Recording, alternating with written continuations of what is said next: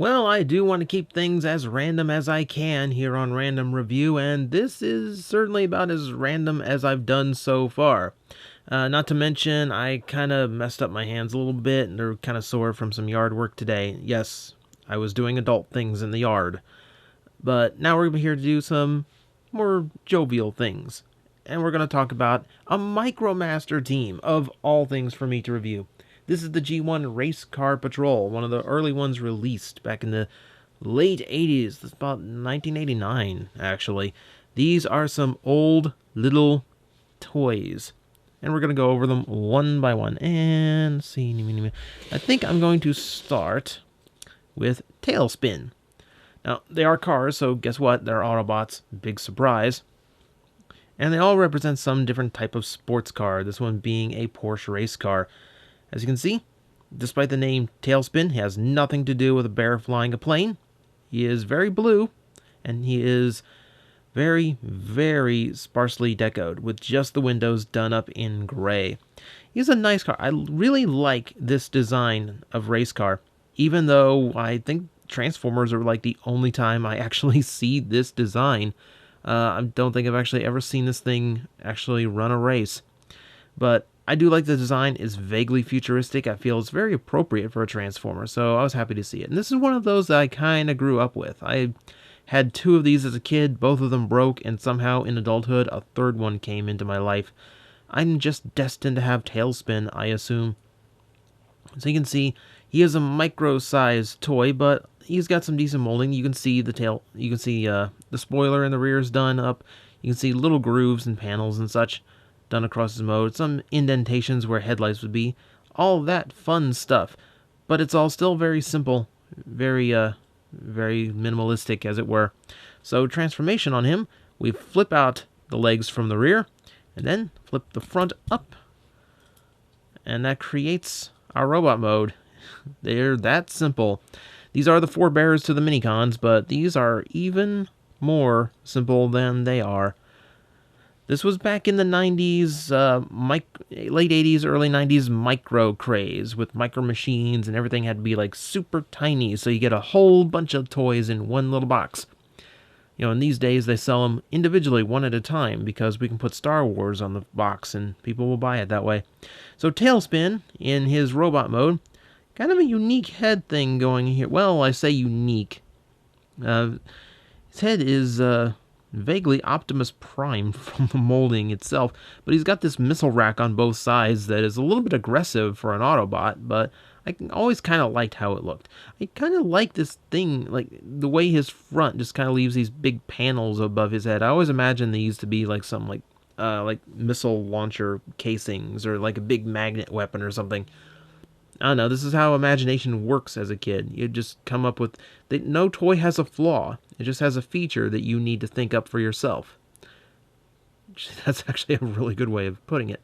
So, as you can see, he's very lightly done up in red paint here and there, and gray is very prominently added to the mode all the way around. Like most Micromasters, his arms are molded to the inside of the side of the car. You can see he does have proper hands and everything molded in all through that connection piece, and the rear becomes the legs. So, simple little guy, 2 points of articulation, the arms move up and down, and that's about it.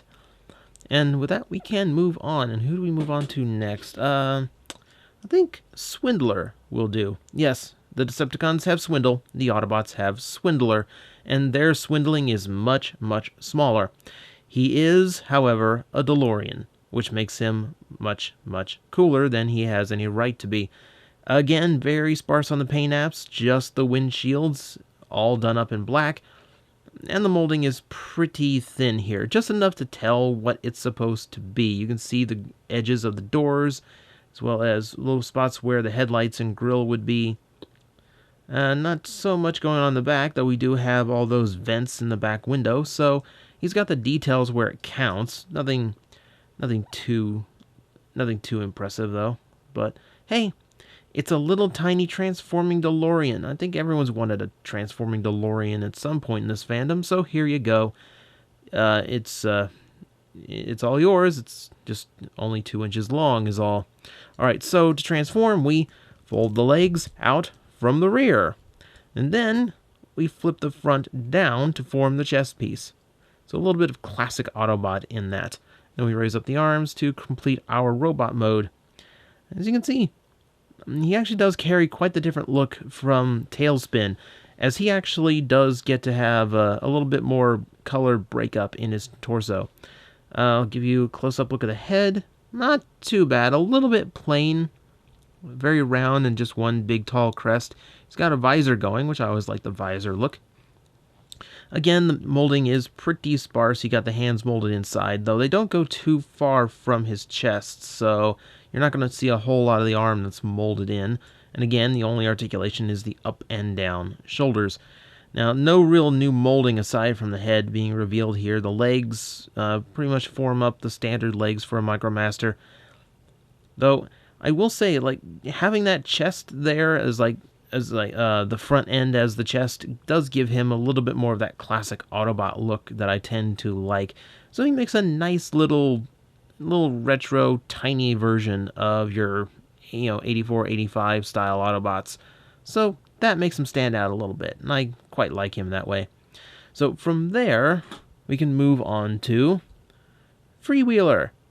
Now you'll excuse this one. This one has been with me my entire life, and has thus got a little bit of rust staining to him. Kids, your toys are not meant to be played with in the bathtub.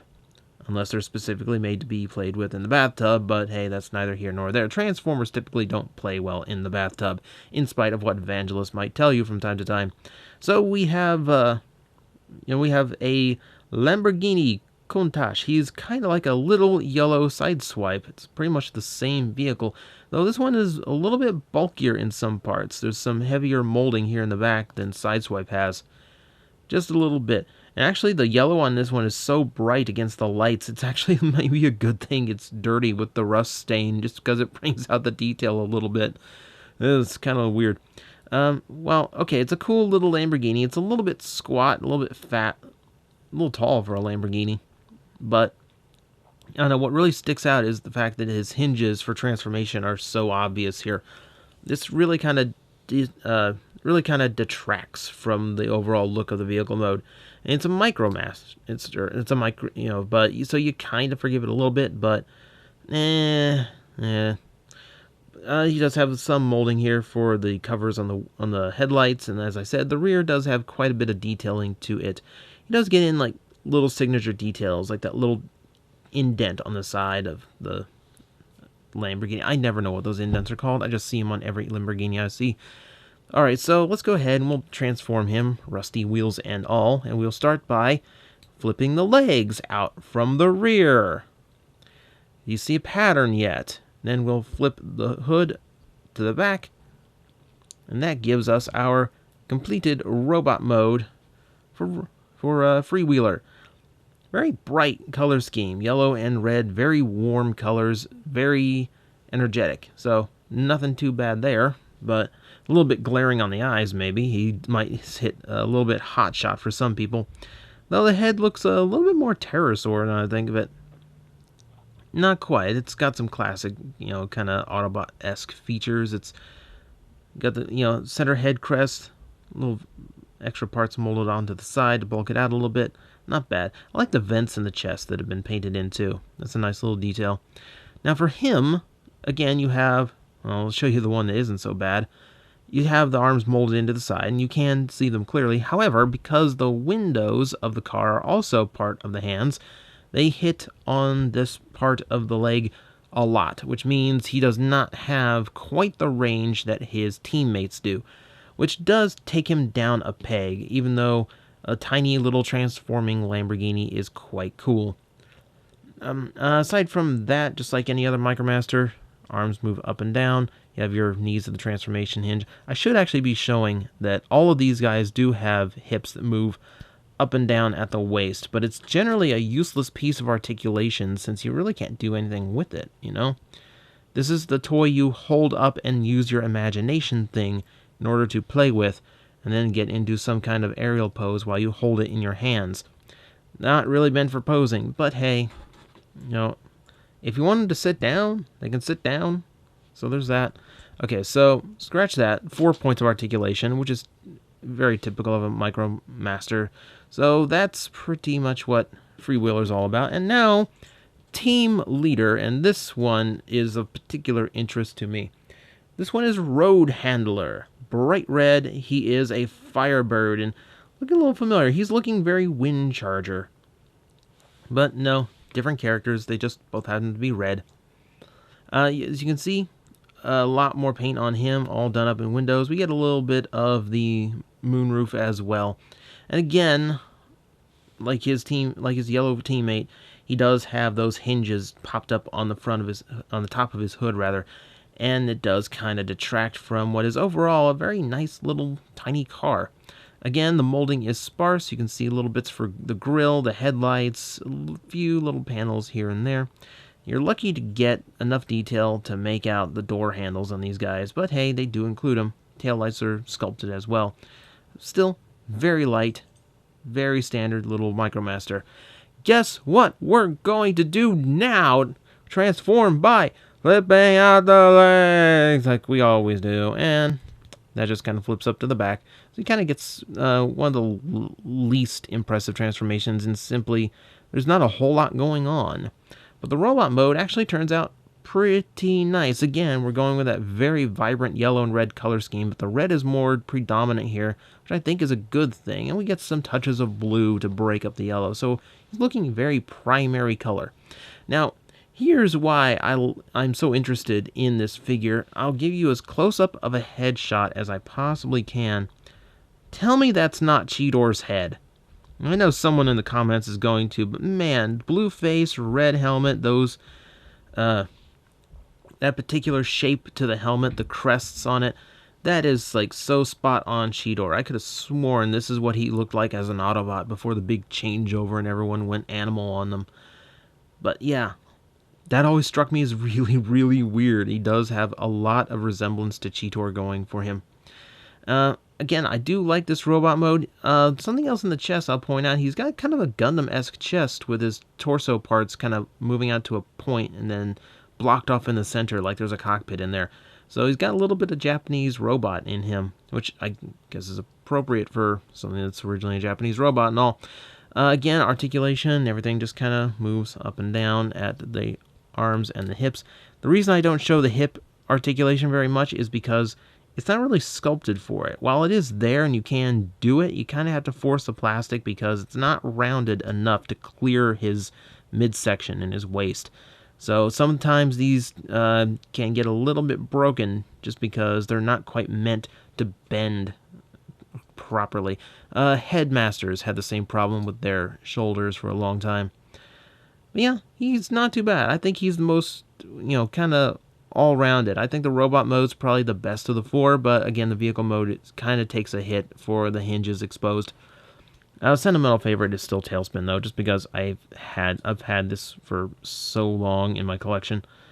And I will tell you, you can tell these guys are are meant to go together. You can see Freewheeler and Road Handler are gang molded, same yellow, same red, same thing for Swindler and Tailspin.